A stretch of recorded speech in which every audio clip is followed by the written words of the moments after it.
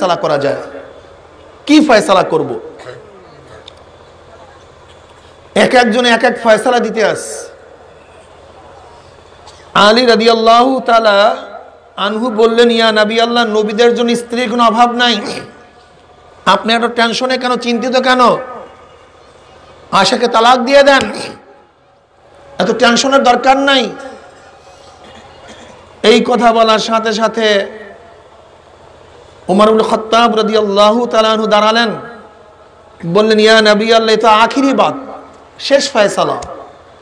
কিন্তু আমার প্রথম প্রশ্ন, আপনার সাথে আয়েশার বিবাহ বন্ধনে আবদ্ধ করাইছে কি? এই প্রশ্ন সব আগে দেন।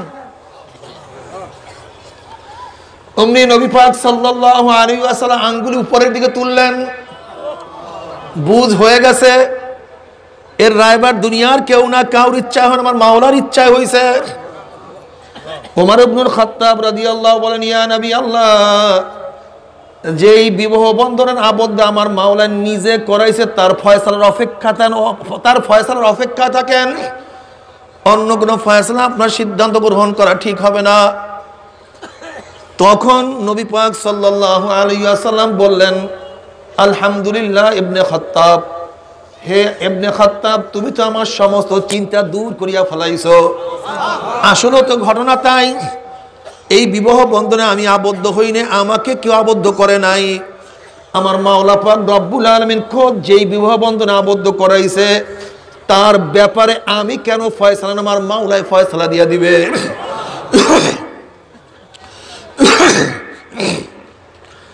মাজলিস শেষ হয়ে গেল। নবী পাক সাল্লাল্লাহু আলাইহি ওয়াসাল্লাম মিটিং থেকে উঠিয়া সরাসরি আবু বকর সিদ্দিক রাদিয়াল্লাহু তাআলা ঘরের দিকে রওনা করলেন।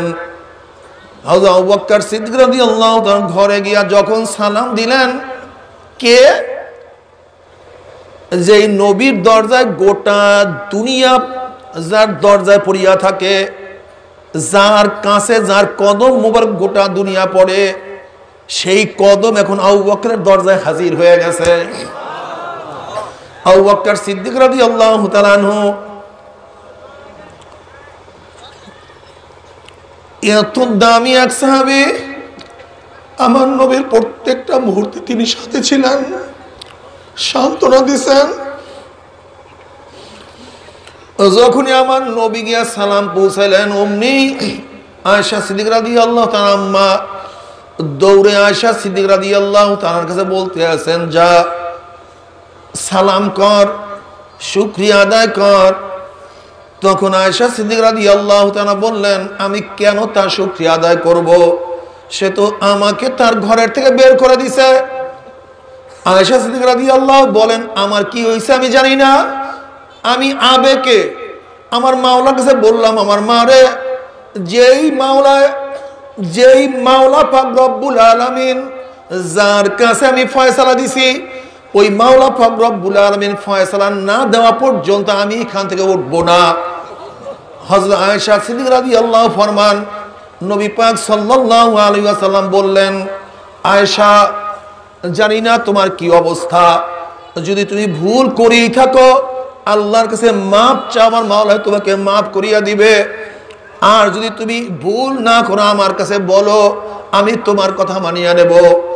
আয়েশা সিদ্দিকা রাদিয়াল্লাহু বললেন, না, যদি আমি অস্বীকার করি, তাহলে আপনাদের অন্তরের মধ্যে এই ঘটনা এমন ভাবে গাঁছছে, আমার সন্দেহ মুক্তি, আমাকে আপনি সন্দেহ মুক্তি করবেন না, সন্দেহর চোখে আমাকে দেখবেন।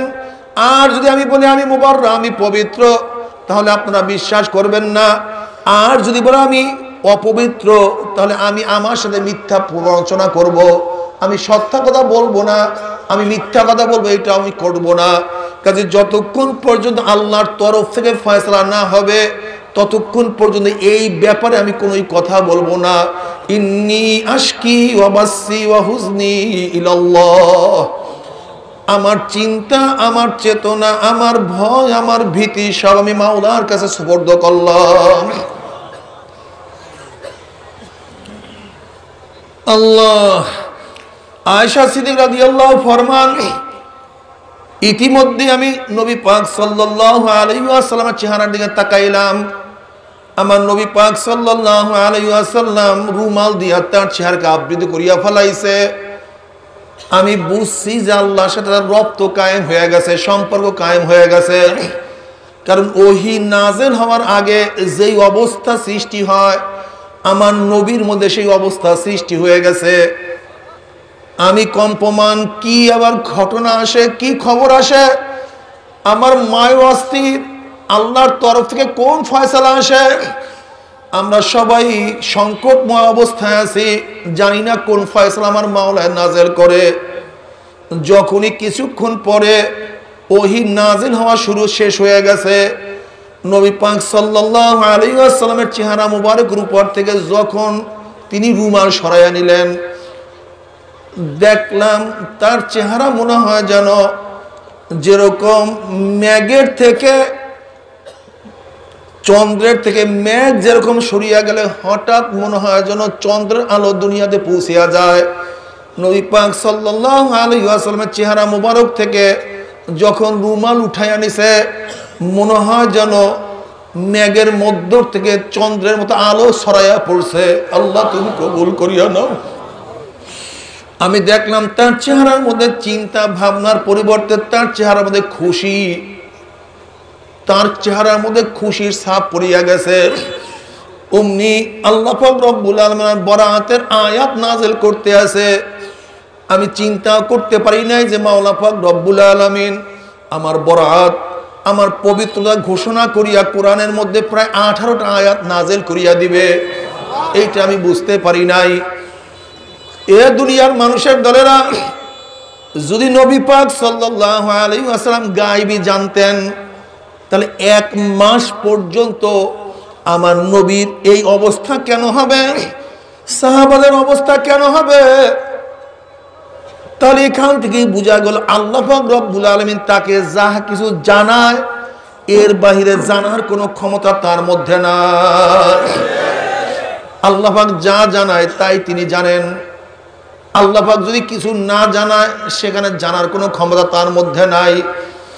যাই হোক, নবী পাক সাল্লাল্লাহু আলাইহি ওয়াসাল্লাম তোমাকে আমাকে শিরক মুক্ত করার জন্য দুনিয়াতে আসছেন। সমস্ত মানুষের থেকে, সমস্ত জিন ভূতের থেকে তোমার আমার অন্তরকে হটাইয়া আমার মাওলা মুখী করার জন্য তিনি দুনিয়ার মধ্যে আসছেন। লা ইলাহা ইল্লাল্লাহ, লা ইলাহা ইল্লাল্লাহ। আল্লাহ বাদে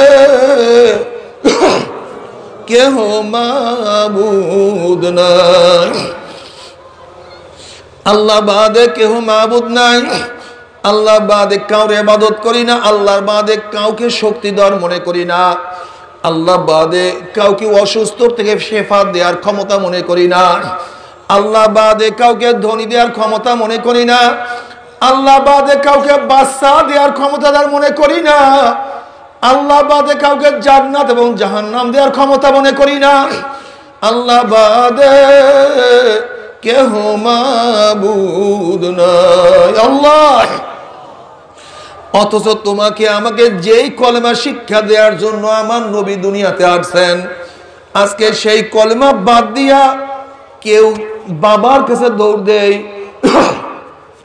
কেউ গাছের কাছে দৌড় দেয়, কেউ কবরের কাছে দৌড় দেয়। ইয়া আমার মুসলমান বাবারা, মুমিন বাবারা, খবরদার, ভালো মতো বুঝিয়া শুনিয়া তারপর মাওলার কবরে যাইও।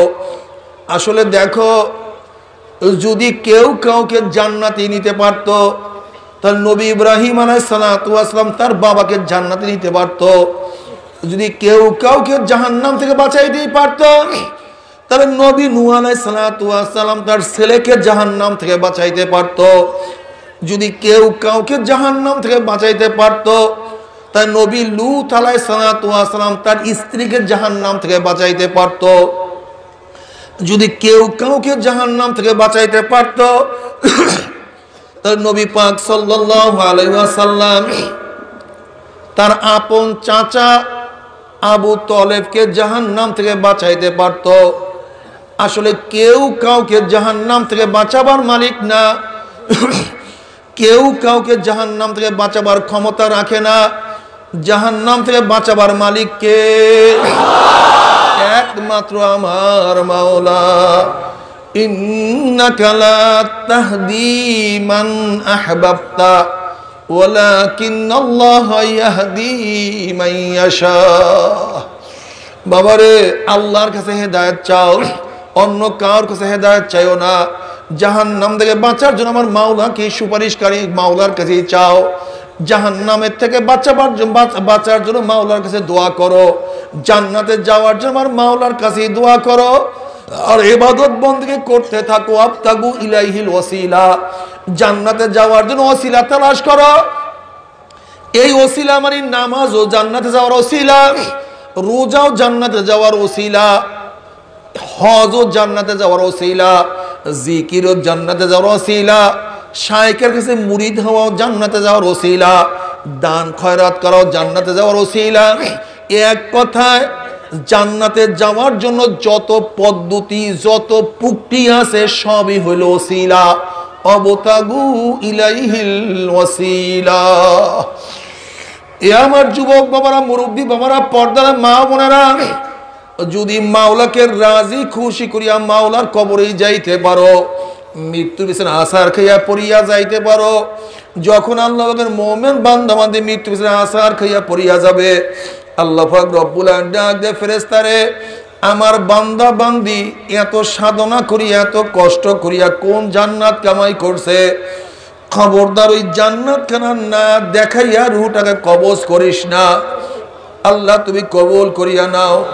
আল্লাহ পাকের মুমিন বান্দা বান্দি হঠাৎ স্বপ্নের মধ্যে দেখতে পারবে জান্নাতের দরজাগুলি টাস টাস করিয়া খুলিয়া গেছে, জান্নাতের হুর গেলমানরা জাওয়াহিরের মালা নিয়ে দাঁড়াইয়া রইছে।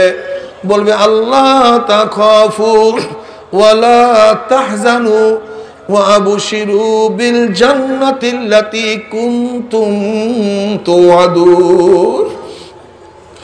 এ আল্লাহ পাকের মুমিন বান্দাদের কোনো ভয় নাই, কোনো চিন্তা নাই। এত সাধনা করিয়া কোন জান্নাত কামাই করছো, ওই যে দেখো সেই জান্নাত। ওই জান্নাত দেখার সাথে সাথে আল্লাহ পাকের মুমিন বান্দা আমাদের রুহটা পাগলের মতো জান্নাতে দৌড় মারবে। কখন যে শরীর থেকে রুহ বাইর হইয়া যাইবে আল্লাহ পাকের মুমিন বান্দা আমাদের কোনো কিছু টেরো করতে পারবে না। আল্লাহ তুমি সবাইকে জান্নাত নসিব করিও। যখনই কবরে যাবে আল্লাহ পাক বলবো আফরিশুল ফরাশা মিনাল জান্নাহ ওয়া আলবিসু মিনাল জান্নাহ। এই ফেরেশতা আমার বান্দা বান্দির গায়ের মধ্যে জান্নাতের পোশাক লাগায়া দে, জান্নাতের বিছানা বিছায়া দে, জান্নাতের সাথে সুরাগ করিয়া দে। যখন কিয়ামতের ময়দানে আল্লাহ পাকের মুমিন বান্দা বান্দি উঠবে, ফি উজুহিন নূর, তাদের চেহারা নূরে আলোকিত হয়ে যাবে। আমল নামার ডাইন হাতে পড়িয়া যাবে, নেকের পাল্লা ওজন হইয়া যাবে, গুনার পাল্লা হালকা হইয়া যাবে। ওয়া ইন মিনকুম ইল্লা ওয়ারিদুহা কানা আলা রাব্বিকা হাতমান মাকদিয়া সুম্মা নুনাজ্জিল্লাযিনা তাকাও ওয়া নাযারু যালিমিনা ফিহা জিসিয়া। পুসরা ৩০,০০০ বছরের রাস্তা, চুলের চেয়েও চেকন, তলোয়ারের চেয়েও ধান, নিচে জাহান্নামের আগুন।